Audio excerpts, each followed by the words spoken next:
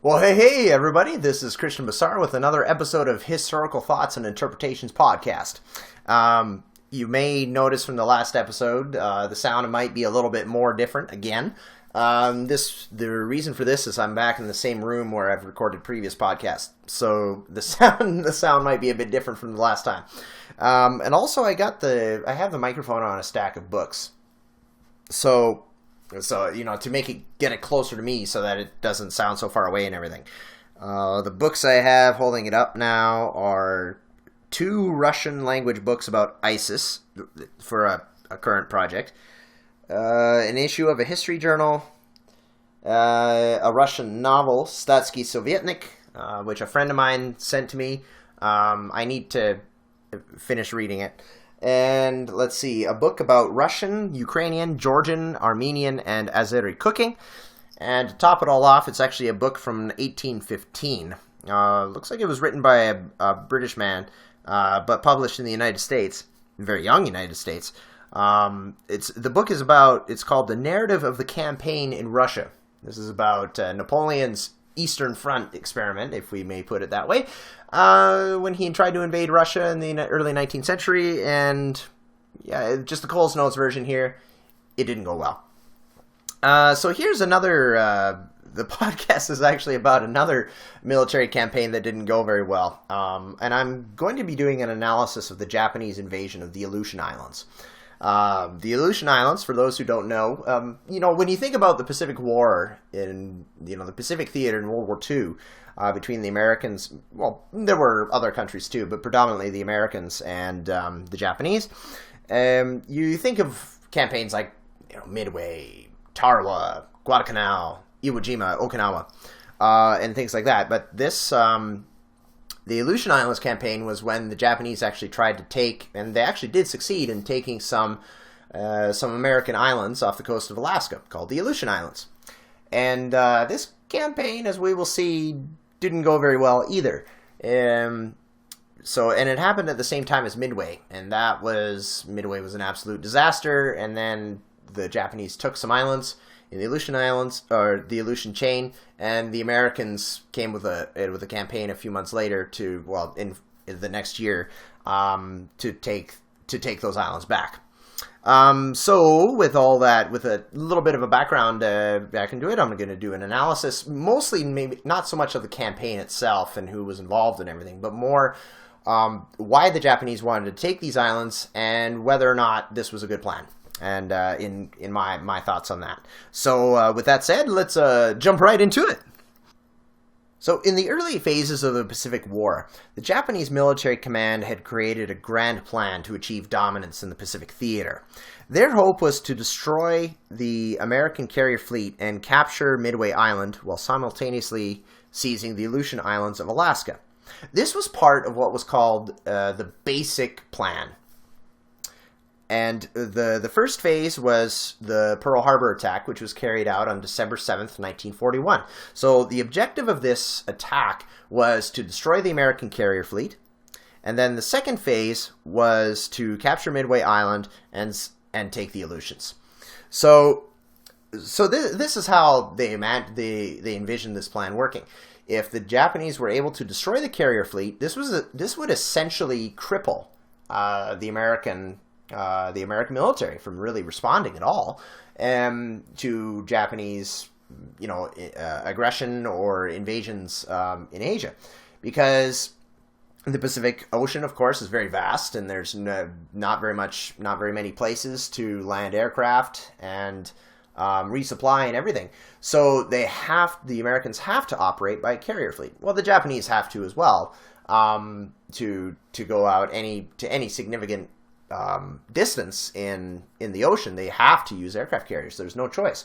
So if the Japanese are able to destroy this carrier fleet, the Americans would really, it's kind of an interesting exercise in hypothetical history, and I won't go down this, but essentially the Americans would have to rely on destroyers, battleships, cruisers, submarines, and everything, but without a lot of air cover because they have no carriers. And then that way, that leaves them vulnerable to Japanese carrier-launched aircraft that could attack these ships, right? So So with the carrier fleet gone, the Americans would really have their hands tied. It would be very interesting to, well, of course we can't delve into this, but it would be very interesting to know what the Americans would have done if they had lost their carrier fleet.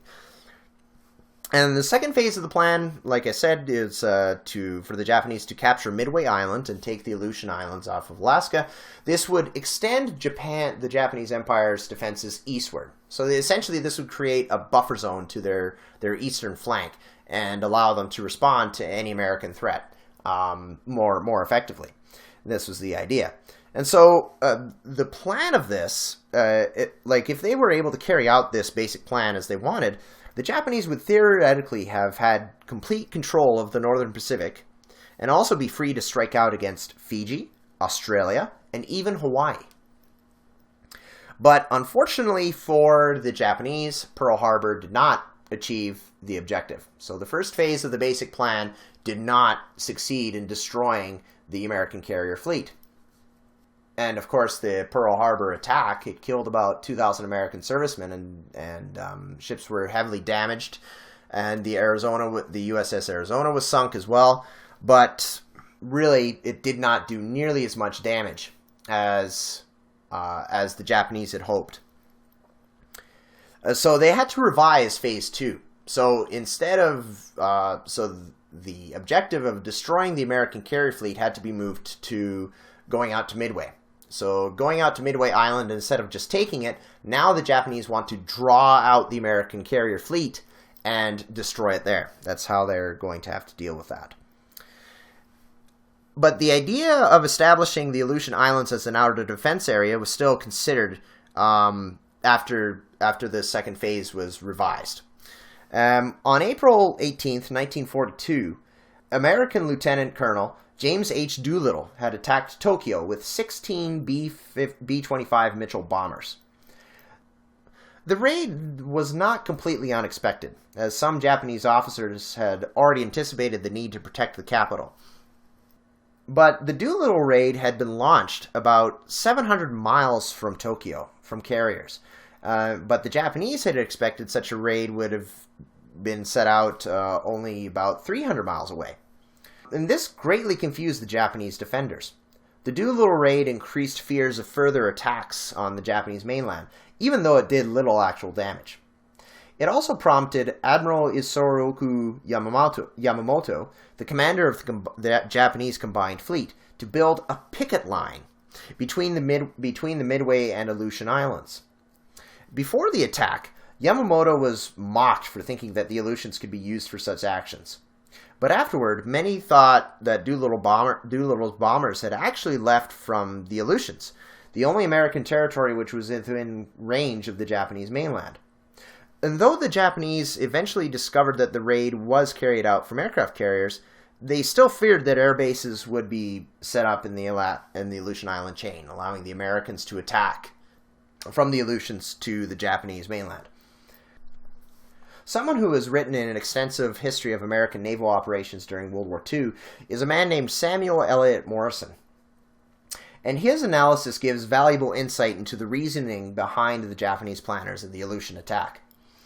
He noted that the Japanese vision for the Aleutians was somewhat limited. The capture of these islands was simply meant to protect Japan from future attacks like the Doolittle raid, and there were no plans to use the beachhead to use the Aleutians as a beachhead from which to invade the United States or Canada. The Aleutian operation was also limited to the capture of the Attu, Kiska, and Adak Islands. Admiral Boshiro Hosogaya, the commander of the Fifth Fleet, was assigned to capture the Aleutian Islands. From late May to early June 1942, Hosogaya's force was comprised of 2 aircraft carriers, 7 cruisers, a dozen destroyers, minesweepers, a mine layer, and over 2,400 troops. The Aleutian Island campaign with the bombing of Dutch Harbor. The purposes of this attack were to divert the Americans away from Midway, destroy American installations needed for the invasion of Japan, and support the push towards the Aleutians. In the wee hours of June 3rd, 1942, Japanese aircraft took off from the Ryujo and the Junyo, the 2 carriers assigned to Admiral Hosogaya's force. For 20 minutes, the Japanese pilots attacked enemy barracks and parked aircraft, killing just over 50 Americans. However, the damage was relatively light otherwise, as ships were virtually untouched. The Japanese also had to navigate through thick fog on the way to their target, which prevented some planes from even reaching Dutch Harbor in the first place. Their maps of the area were also old and unclear, forcing the pilots to decide on the spot whichever targets looked valuable. A second 29-minute-long attack was launched the next day on June 4th. Again, the damage this time was minor, aside from 18 killed Americans, some destroyed oil tanks, and damage done to the Northwestern, which was a ship being used as a makeshift barracks. At the same time as the second Dutch Harbor attack, the Battle of Midway, much further south, was turning out to be a disaster for the Japanese. By the time the Battle of Midway was over, Admiral Yamamoto had lost 4 aircraft carriers, a third of Japan's combat pilots, and 3,500 personnel. Yet the Aleutian Islands operation continued, even though the loss at Midway had drastically changed the strategic situation. The Midway defeat had made the Aleutians worthless as part of an extended defense line, but the need to protect the Empire's northern flank was still seen as relevant, and it was hoped that the islands could serve as an airbase from which aircraft could harass American forces. The capture of American islands also proved to be a morale booster immediately after the Midway debacle. On the morning of June 7th, Japanese troops landed on Attu and Kiska. They met virtually no resistance from the island's small populations, which consisted of barely 40 people on Attu and only 10 weather station personnel on Kiska. However, one man was killed when he tried to escape. The Japanese soon consolidated their positions on these islands by bringing in supplies and installing anti-aircraft guns. The rising sun had shined its light on a small piece of America. As said before, Adak was another island in the Aleutian chain originally slated for capture, but this idea was abandoned because pilots from the Junyo had discovered an American airbase on Unalaska Island, which would pose a threat to any Adak landing force. Unalaska was only 350 miles away from Adak. Admiral Hosogaya was also prepared to cancel the Adak landing anyway, and not many troops would have been dedicated to its capture had it gone ahead. This shows that Adak was fairly low on the Japanese priority list. Unfortunately for the Japanese, the Americans landed on Adak a few months later, on August 30th, and soon established an airfield of their own on this island. Adak was also in range of the now Japanese-occupied Kiska, which would allow American fighters to escort bombers on raids against Kiska. In fact, American and Canadian pilots were doing just that, bombing the Japanese invaders on Kiska.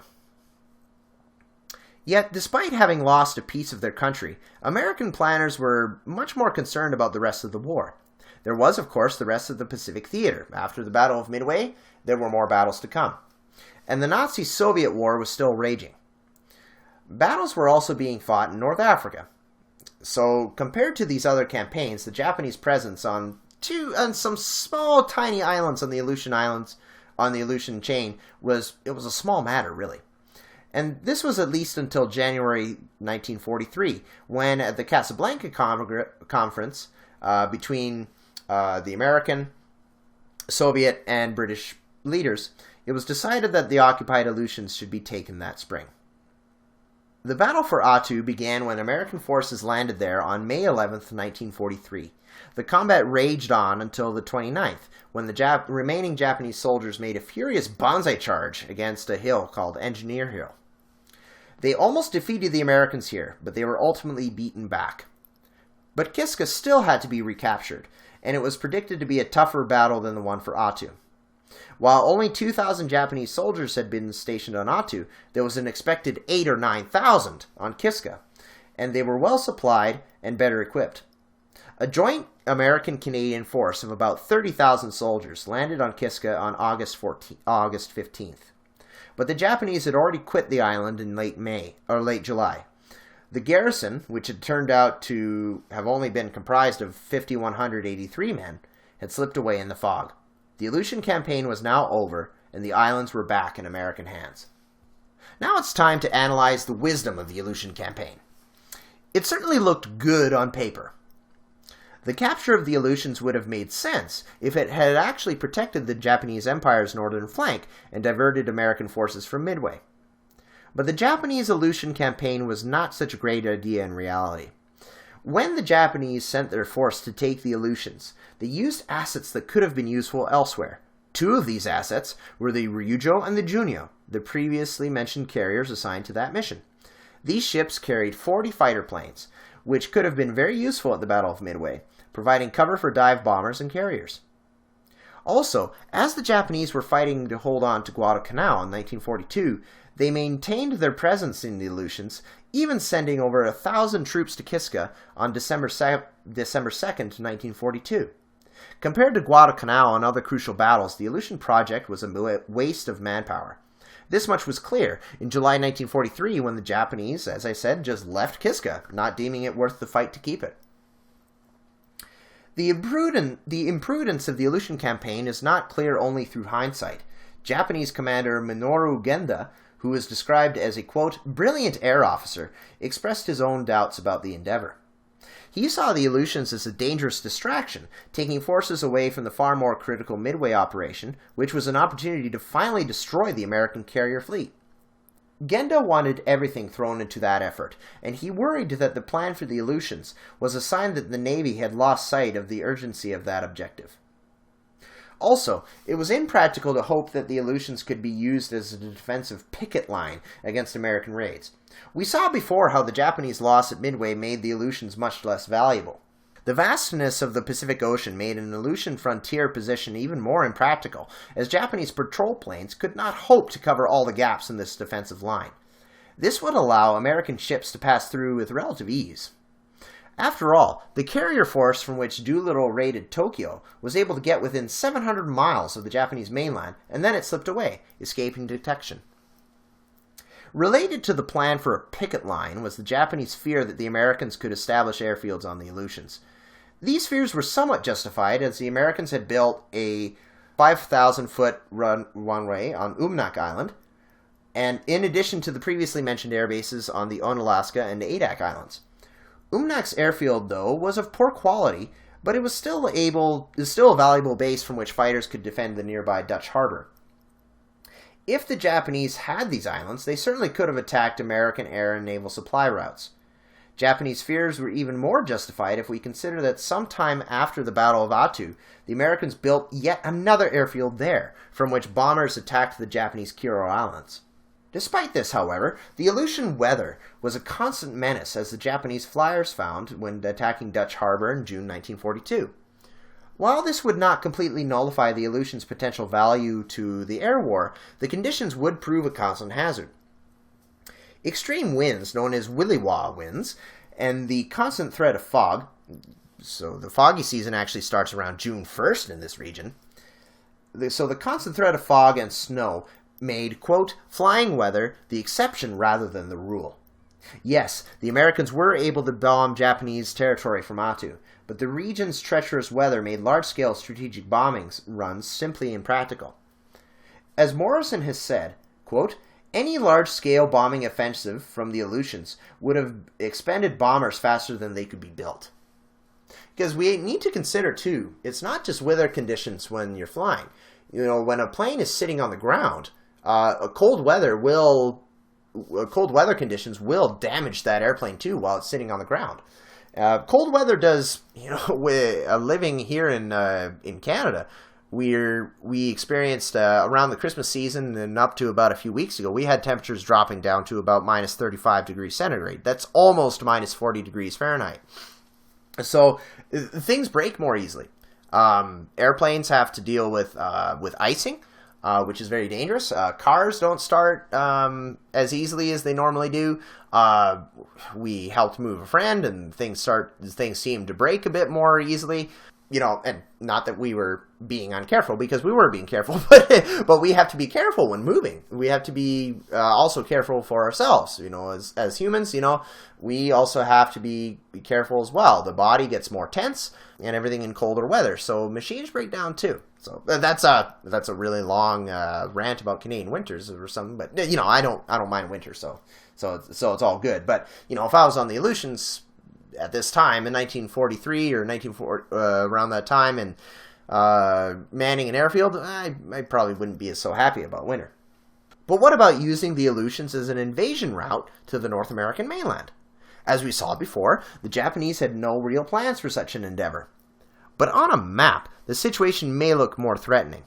Attu is the westernmost Aleutian island, and it is only about, quote, only 650 miles from the Kurils, where the enemy had a naval and air base. And Attu was less than 2,000 miles from the Alaskan capital of Juneau.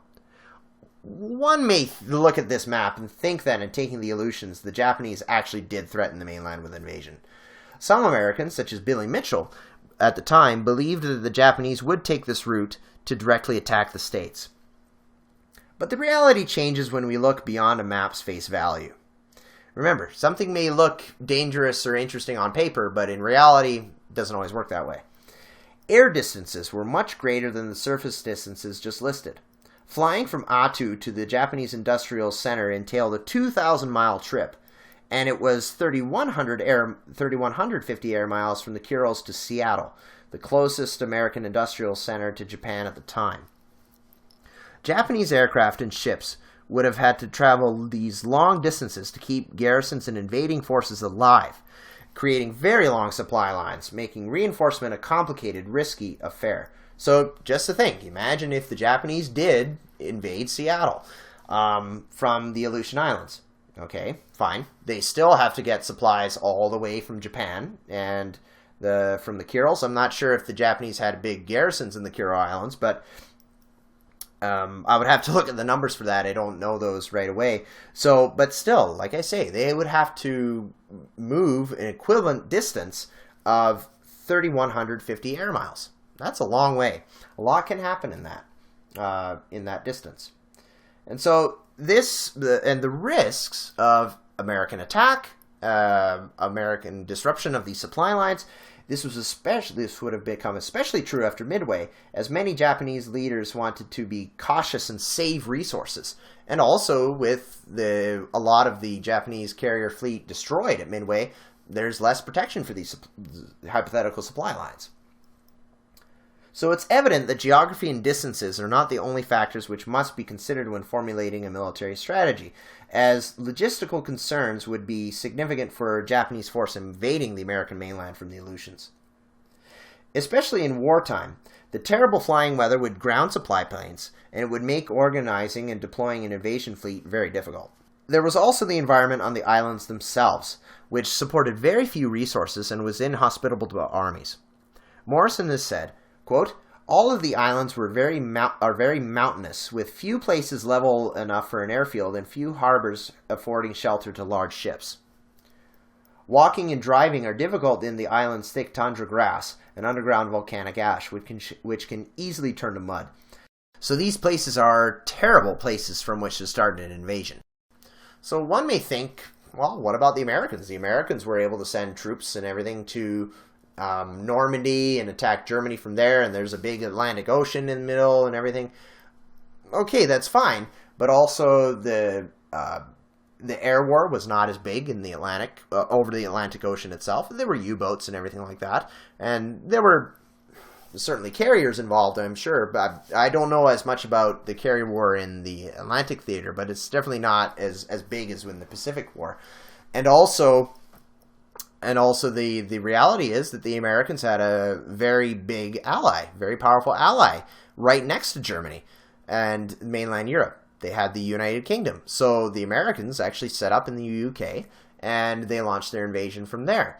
So it was a lot easier. The UK has a much bigger logistical base. It's a much bigger area than the Aleutian Islands, and it's a much easier place to get supplies between the UK and mainland Europe, because I believe it only took about 8 minutes for German pilot during the Battle of Britain. It only took German pilots 8 minutes to fly across the English Channel. So compare that to flying 3,150 miles from the Kurils to Seattle, right? So and without any significant base other than a little bit of small, inhospitable, hostile Aleutian Islands, right? So it's a bit of a it's a very different comparison, very different situations. But the American government was still concerned about the situation in the Aleutians, even if they were little more than a nuisance in enemy hands. The government and War Department needed to take back the islands because it was a blemish to have lost American soil. The reversal of this embarrassing situation was costly. The battles for these tiny Alaskan islands killed 549 Americans and over 2,300 Japanese troops. Allied troops also died on Kiska, even though there was no battle for it. Friendly fire and booby traps killed 25 American troops and a small number of Canadian soldiers as well. Other larger campaigns also overshadowed the battle for the Aleutians, so for a long time the sacrifices made in these frozen landscapes were largely forgotten. To sum up the idea of the Aleutian Island campaign, we can use the words of Commander Mitsuo Fushida. This man had led the aerial attack on Pearl Harbor. When talking about the idea of establishing a defensive net between the Aleutians and the Midway, he said it looked like, quote, grammar school strategy. A plan that looked good in theory due to geography and the fears of aerial bombardment against the Japanese mainland did not end up so well for the Japanese Empire. The realities of bad weather, long distances, and inhospitable terrain turned this very interesting but ultimately ill-informed theory into a disappointing and costly exercise. Well, I certainly hope you enjoyed this podcast. It was definitely a fun one to write. It was analyzing and just looking at a campaign, and not just looking at the campaign, what it did, what happened, and everything, but also, asserting, okay, was this a good plan? So there was a little bit more analysis needed. So that was pretty fun. Some other sources I used, of course, I already mentioned Samuel Eliot Morison, and he wrote a multi-volume work called History of United States Naval Operations in World War II. And the one there were two of these volumes. I'm not sure how many volumes there are in total. Maybe about 12, maybe about 10 or 12. I'm not quite sure. But I used some information from volumes 4 and 7. And so volume 4 talks about Coral Sea, Midway, and submarine actions, May 1942 to August 1942. And volume 7 was entitled Aleutians, Gilberts, and Marshalls, June 1942, April 1944. There was a lot of good information from there. But some other sources I used were books by Brian Garfield, The 1,000-Mile War, World War II in Alaska and the Aleutians. And also there was another one too, specifically about the Aleutian campaign, Brendan Coyle, War on Our Doorstep, The Unknown Campaign on North America's West Coast. And also, maybe I should have mentioned this earlier, but actually the interesting point to remember, and my dates are going to be fuzzy, so I don't have all the facts on the top of my head right now, but there were a few Japanese attacks on the North American mainland. There was one time where a small submarine, small Japanese submarine, surfaced at nighttime near Comox in British Columbia, Canada. I believe it was near Comox, and they fired artillery shells trying to destroy the lighthouse. And I guess what happened was, and it was at night, and so they didn't hit the lighthouse.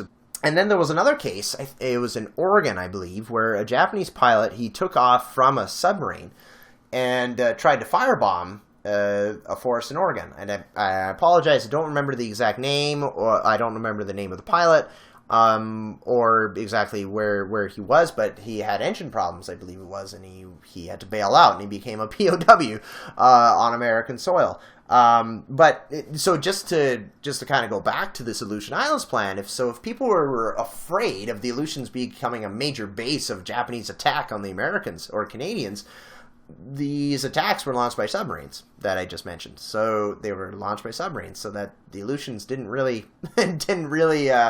come into play in that. There wasn't anything like a massive army marching into Juneau or Whitehorse.